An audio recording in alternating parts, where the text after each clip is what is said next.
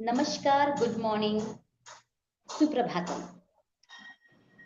Once again, we are here with a wonderful show, and our today's guest is Mr. Rony Antony. He's from Taiwan and he's a science teacher. Along with that, he is a global school ambassador and State Education Group Taiwan. He's a member of it. And today we are going to start our talk about the same topic. Before that, we want to know, sir, about yourself, the brief introduction of yourself. So kindly introduce our audience about yourself, sir. Okay, I hope you all can hear me. Okay, it's been my pleasure and honor that to be part of this new Bharat initiative, and I'm so happy. One, actually, I am basically from India, from Kerala, south of India, but I'm living here in Taiwan for last 20 years, and I am actually working as a science coordinator and also SDG coordinator, and the work with all the environment activities. And so I kind of coordinated for a lot of international organization and promote those environment education in Taiwan and also SDG. And I was so happy that I was part of this SDG movement for a long time. And so usually teachers have a hard time how to integrate this SDG education in their own curriculum. So my role is to help them out and also they connected to the international community so where they can handle the network. So my field is about environmental education and also SDG goals, how to connect with the curriculums and to the network around the world. So I will try to spend 30 minutes to explain my experience, how you can do this SDG project in your classroom and connect with the network outside of the world. And so that's me. So do you want me to continue or like? Yes, sir. Please continue, sir. Okay. So as I mentioned to you, I am, hopefully you can see my screen. I'm just sharing my slides. So the topic of today is how we can put our SDG goals in our curriculum, because teachers always have a hard time. They always tell me, we really don't know because we want to teach the kids SDGs, but we don't know how to connect those SDG goals into our curriculum. But there are a lot of available resources out there. Like there are a lot of sources and we can use it, especially from the Global School Program. There's a initiative called Global School Program where you can check. There are grade by grade, the grade 1 to senior grade. They have these materials available for all the teachers and it's free. Another problem, how we can put the initiative. Usually we need to go with our own curriculum.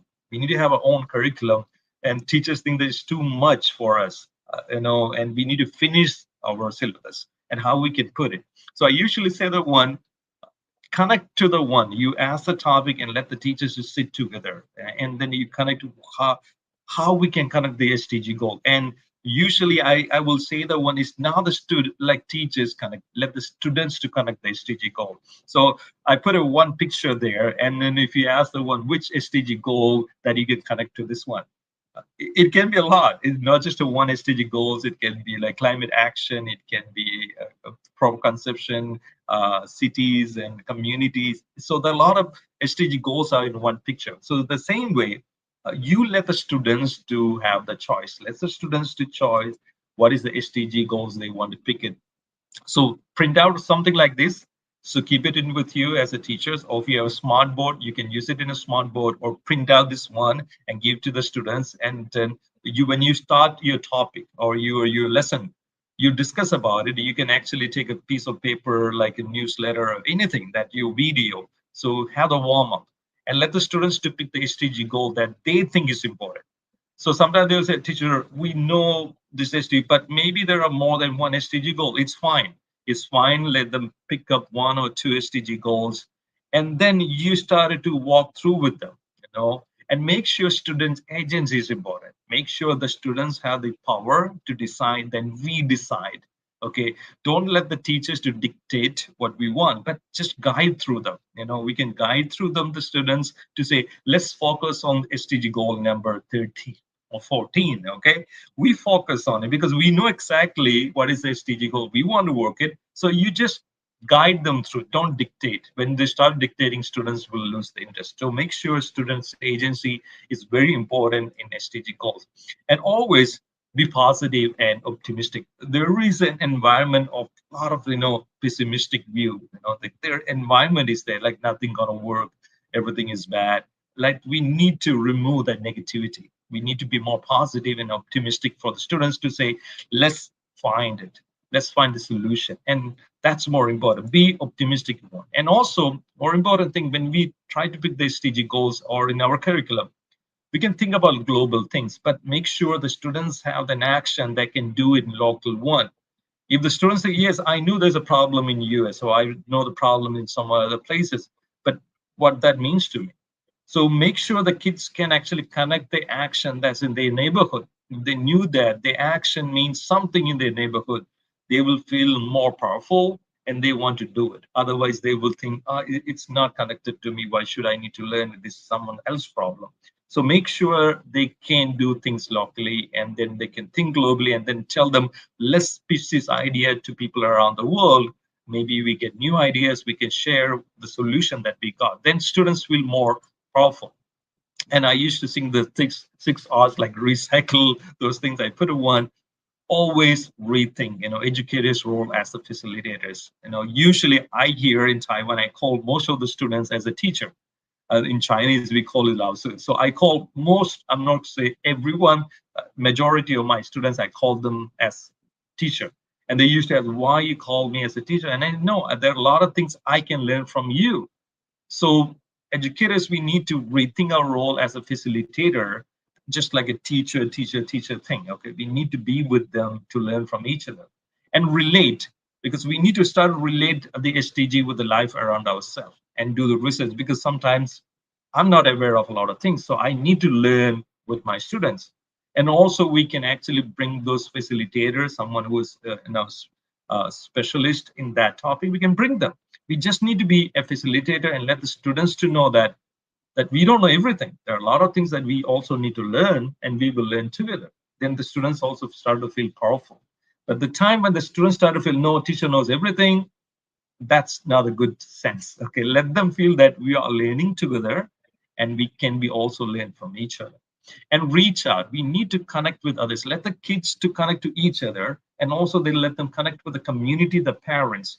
Because recently everyone is communicating through the chat and emojis, but the students, they, not just a student, even a grown-up person like me too, we forget that real person-to-person connectivity. We stop connecting to each other in real world than our emojis want. So let them reach out to connect with others, to understand the empathy and emotion that's in real life, and also to reflect yourself. We need to reflect ourselves and let the kids to know that I'm also reflecting myself.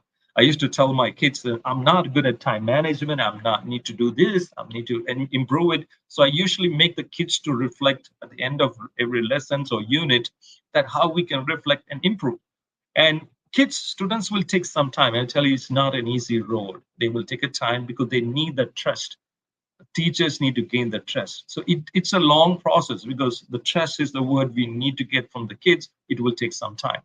And we need to reunite with the community, the school, and yourself. You need to make sure when we do the SDG and curriculum, everything, let's reunite. Let's the community be part of your school. Let's you be part of it. And then you start to feel, let's grow together. That's the way that we can. So there are more hours. You can put 7 hours and 8 hours. It's up to you to come up with the one. It's just a beautiful way to put the hours. Okay. And you need to, when you make sure when you do a topic, don't make it too hard for them. Make sure that the learner, seeking out the learner, he's comfortable with that. Okay. And also to make sure he have a learner's experience and knowledge that he can build on it. Because when you do a certain topic with a grade 1 and grade 2, grade 3, or even grade 10, that will be a very different one. So if you ask the grade 1 kids about hunger project, you would just say, let's give something to eat, or just like, can I share my lunch? So the way of action is very limited, but we can guide them through.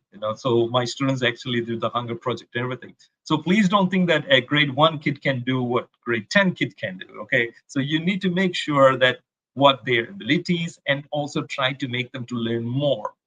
And as I say, you make sure the content relevant, because as I said, that if they feel that the content that you're using not relevant, they will lose the interest. To make sure they're connected to it.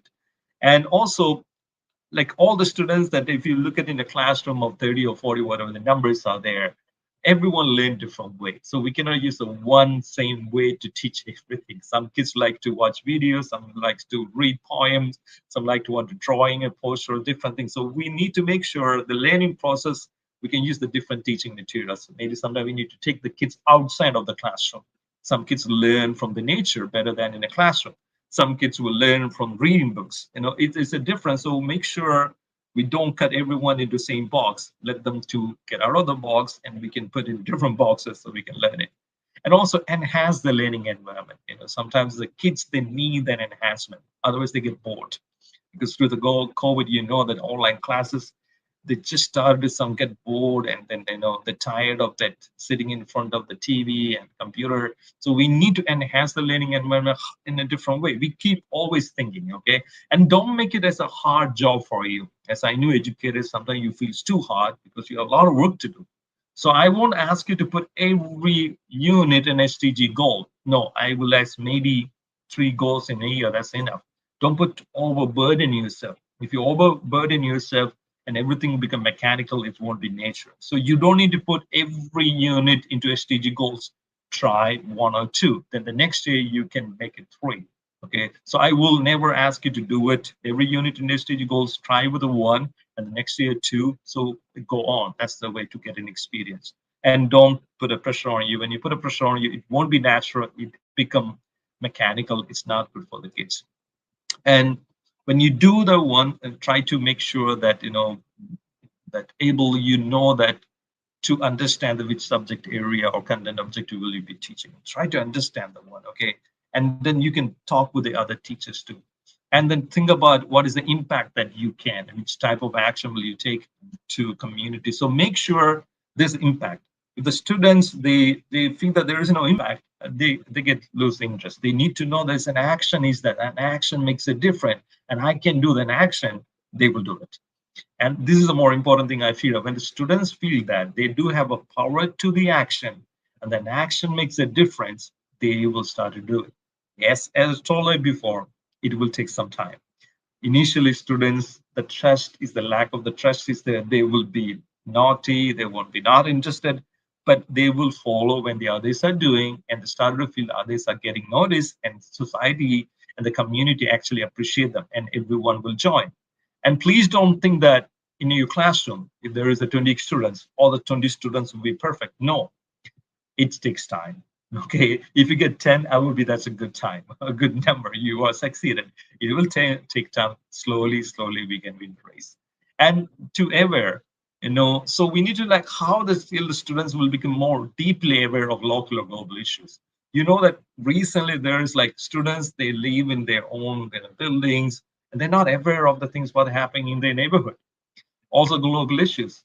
Sometimes the students, they think that news that come from the scrolling things that on a Facebook is a news. So they have the problem of understanding the local issue and global issue. And also I used to tell the students too, even I do have a problem so understanding local and global issue, because the information what I'm getting may be not right, maybe I'm biased. And that's the time students started to talk to each other and then communicate with you. So also you need to open yourself to say to kids that even I'm not aware of it. Now, a lot of things I need to learn. Let's work together. Maybe the way I'm looking at things is also biased. When I say you are biased, I'm also biased too. And the kids will start to open, and the discussion will end up one. And also try to celebrate. When you know all the things, let the students to celebrate and be part of the celebration. So they knew the power. Yeah, we did it. We can celebrate, we can show off, we can connect with that people and the students around the world, and they start to feel more powerful in their action. And these are some of the projects I used to do. So every time I will ask the kids to put their one any topic, they can put their notepad or one sticky note on it. And I used to tell them, you can change anytime you want. Today you stick on something and you think tomorrow you want to change your opinion, you're free. Just take it off and put it there, and then start to reflect on why you change it. So I used to tell them you're free to remove anytime you want, and put the new one if you have a change opinion, because that's organic. You cannot stick with the same thing. You start changing your opinion and everything. So they have an option to do the SDG goals. So there's a board there. Everyone can do it, class one. And this was one of the one project we did during the World Water Day. You can also try. It's a simple thing. The students, they actually create a drops of water, and then they can have an action plan what they can do to save the water, and they put it in poster. So there are a few students become volunteer, and then they just give this droplet of water to students so they can write the action plan. They can post it so people can see it. So this is a very simple action plan that students can do it, and they see it when they will go to the home. They can see it and read it, and they feel powerful. And they will take a pictures with the action plan and share it with people around them and their friends.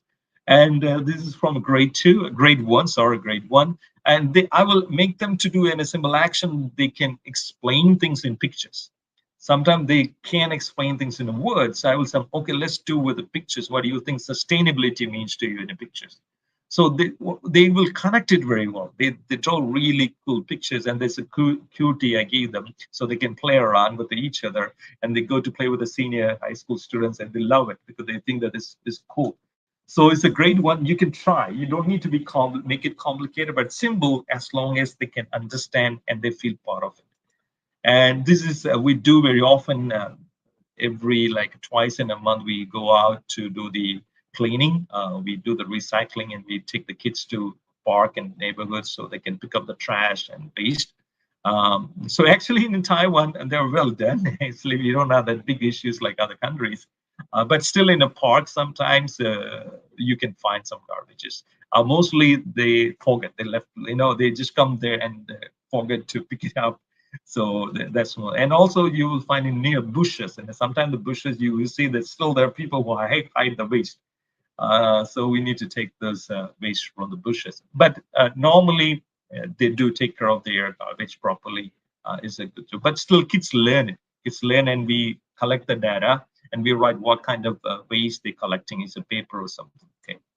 And this is they ask the workers. Actually, these are the workers who clean the park, and ask them the questions: what kind of waste they're seeing, and how we can help each other. So they do these talk to these people who works in the parks and their roads, collecting and cleaning the garbage, so they knew how the systems works a lot.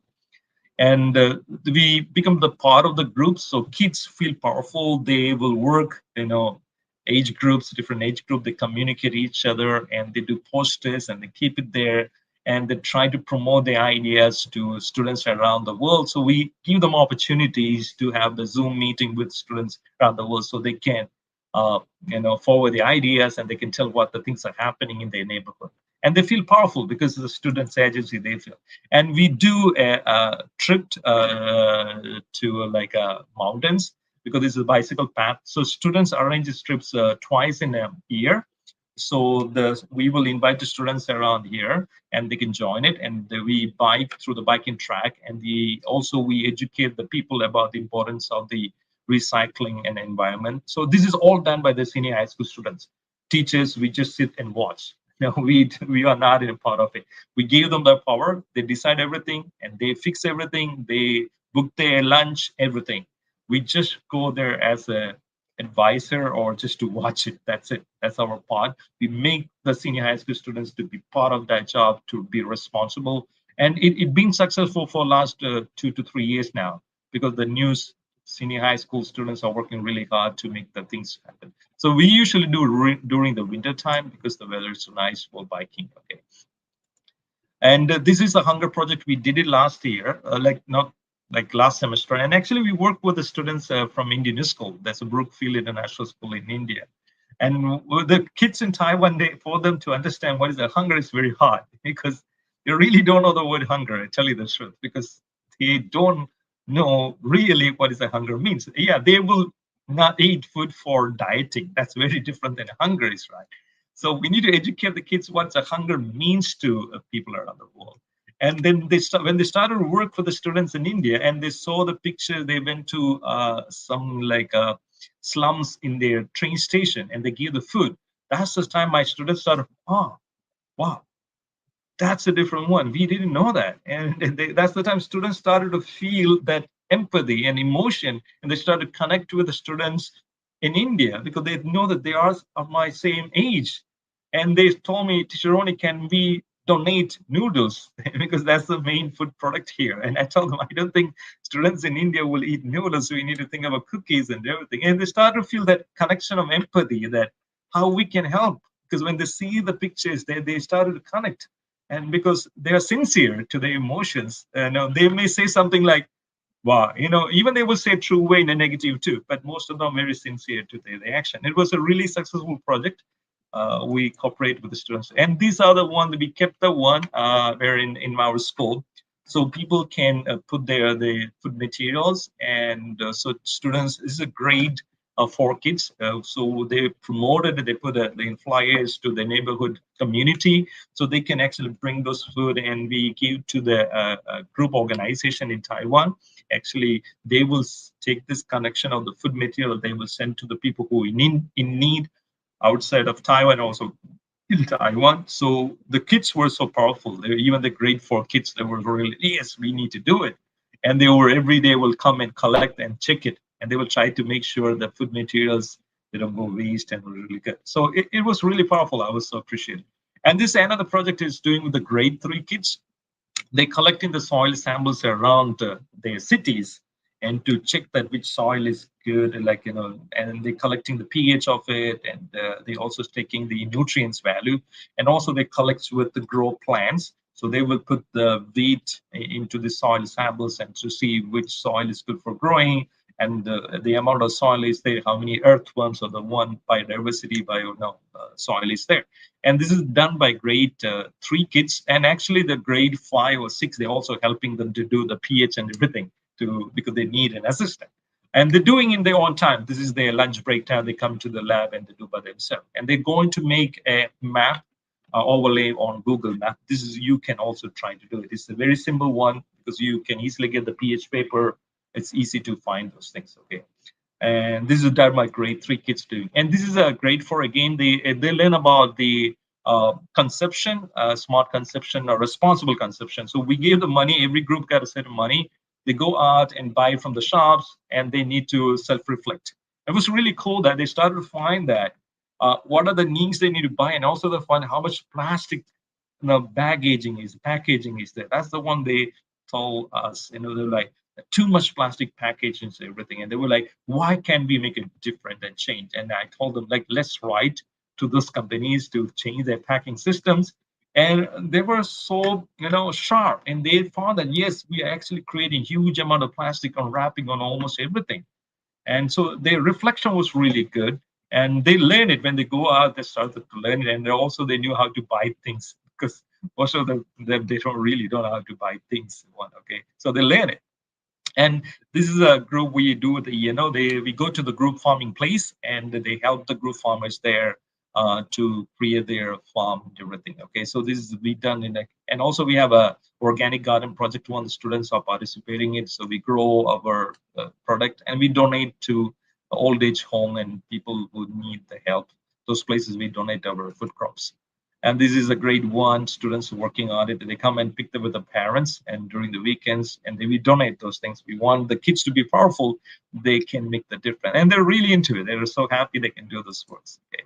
And this is a rooftop garden in our school. So we also grow vegetables there, so students can learn. And there are a lot of plants we grow for insects and one. So they learn it, and they comes to help. And it's a good learning. So if your school, there is a schoolyard or like a garden, it's great for the kids to learn from in the neighborhood. Okay, and this is from a grade 1. If you look at the grade 1, this is the grade 1 kids have their opinion about SDG goals. And this is actually wrote by their homeroom teacher, okay? But she didn't change the word. Actually, students wrote it. She just helped them to write it on a one board. And you see the grade 1 and grade 2 kids, they are really into these things because they are sincere, and they action they want to. We just need to help them out. Even I sometimes got in trouble because sometimes I go out to buy coffee and I have a plastic, like a paper cup, and I bring it. And kids from grade 1 and grade 2, they will actually come to my class and like, and so I need to be careful because they want to tell me, Rony, you also, not keeping up what you're saying, and you need to walk the talk. So I used to make sure that I also keep up my bottles and bring the coffee with it. Okay, so I always try to remember myself, because if I don't, I will get bullied. I'm saying in a positive way, not in a negative way. Okay, I got bullied from the kids to say, "Aha, you are not walking the talk." So it's really cool to hear from grade 1 and grade 2 kids. Okay, they are very sincere. And I also invite the students who graduated from our school, and he's just graduated from Stanford University. So he comes to give a talk to the grade 1, grade 2 kids. And when they hear from the peer, when they hear from the students, they start to feel more connected to it than teachers, because they knew teachers always preach and preach. But when they can connect to the seniors and the peers, when they started to, yes, that makes sense, more than hearing from the teachers. And also make sure we have a club meeting, okay? And they need to have that power. Make sure there is a SDG or nature club or something, so kids know that we got the power and we can promote the way we want. Then the teachers dictate this very important thing. And also make sure there is a big banner somewhere in your school where the students can actually see it and then post the one. So this is all SDG goals 1 to 17. They can post the one about the action, the project they won, and you can guide them through it. And the same thing, there's a grade 1, Lumi. Now she's in grade 2. So you make sure there is a big way where they can see it. The seeing is more important to a lot of kids. Okay, so make sure they can see it, they can read it. Then they don't need to memorize. They knew all the 17 goals better than me. Okay, grade 1, grade 2, they knew it because they just walk and play around. They have a competition, they just play around. So they're really good. Okay. And I just want to talk about the end about the international network. These are the network of schools I work with. There are a lot of schools that you can work. I'm the ENO coordinator for like how many 11 years in Taiwan, and Global Project One, Project Green School, and eco-friendly eco training centers, Global School Program, Lifelink Friendship, Plan for Planet. There are a lot of networks. These are the main network I work with. Okay, and ION, there are a lot of networks are there. Make sure you can connect to the network. When there's a network, the students start to feel proud. Because yes, teachers, we do something in our school, but if that's it, it's also not good for the teachers and also not good for the kids. So let the world to know what you're doing in your school. Okay, and you can be start the one, and then you can help the other teachers, and then they will know that, yeah, I think what my action matters.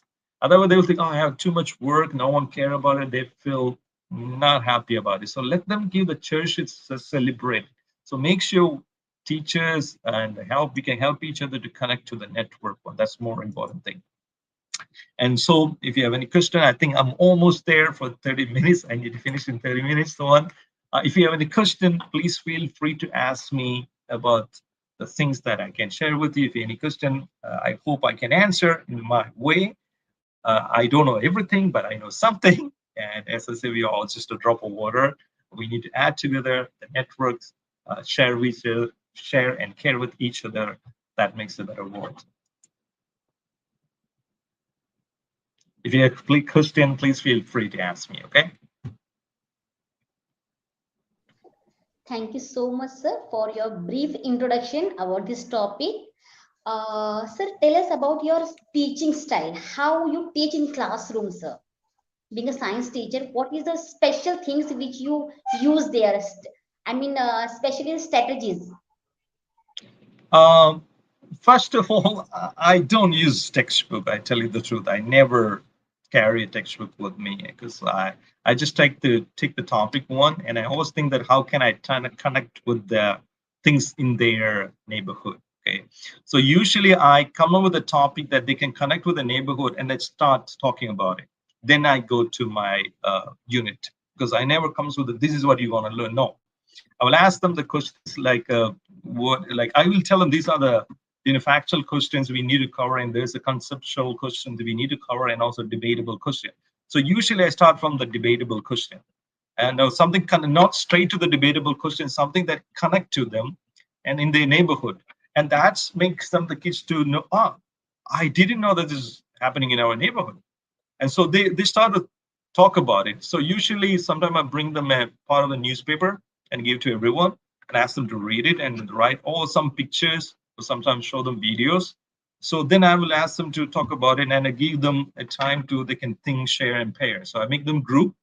So they will ask their own opinion, and also they share with their friends. And I will ask them, do you change your opinion now? Then I will stop. That was a warm up. I will do it, and to make sure they can connect that into their real life.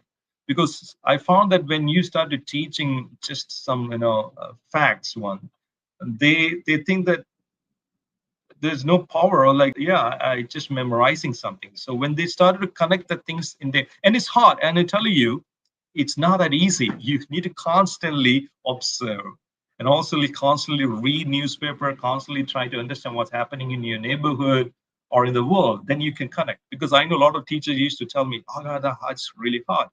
But don't make it mechanical, because when you want, as a teacher, when you put a mechanical way, that's too burden for you. Make it organic. Organic means that try to learn because you want to learn. Okay. If you are not good at it, try to talk to someone who's good at it. Okay. Just spend a time, maybe 1 hour, having a cup of coffee with that teacher who's good at this kind of information. Just talk to that person. And it's more easier than you making yourself into it and you hate it, because that then it doesn't look good and the kid's gonna hate it. Okay, so better to make more organic. Take your time and try to find a solution. Okay. Thank you so much, sir. This program is really indeed fruitful for the students as well as for the teachers also. Thank you so much, sir, Yeah, for yeah, because accepting our the we invitations. I just want to say, when as a teachers we need to be really patient, and as I think from my teaching experience, we need to get the trust from the students. That's more important thing. Most of the time, the kids are naughty and everything because they don't have our trust, and also they're using our classroom because they get bored or somewhere else, or maybe this is a place. So we just need to take them how we can help him, how we can talk. I do actually sometimes shout at the kid, and then at the end of the class I will call them and I say, I'm really sorry for my behavior. I just hopefully you can finish your task. And I try to talk to him to make a logical sense about the problem. So even I shout at the kid in a classroom, I will ask him or her to stop by, and I will give him personal sorry to her, and to say to her, I'm really sorry that if I hurt your feeling, but I want you have to these kind of standards in my classroom. And if I can help you anyway, please let me know. So, and also it takes the time. I'll tell you the truth. It takes the time. We are humans too. We teachers are humans. Sometimes we have a bad day. So just need to figure out how we can, and then every time put a happy face. And teachers, we are great. That's like, I think in Indian ideology say the God person we see is your mom and dad and your teacher. Is right. So teachers have a big responsibility. So we can be proud of it. And also it comes with a lot of responsibility.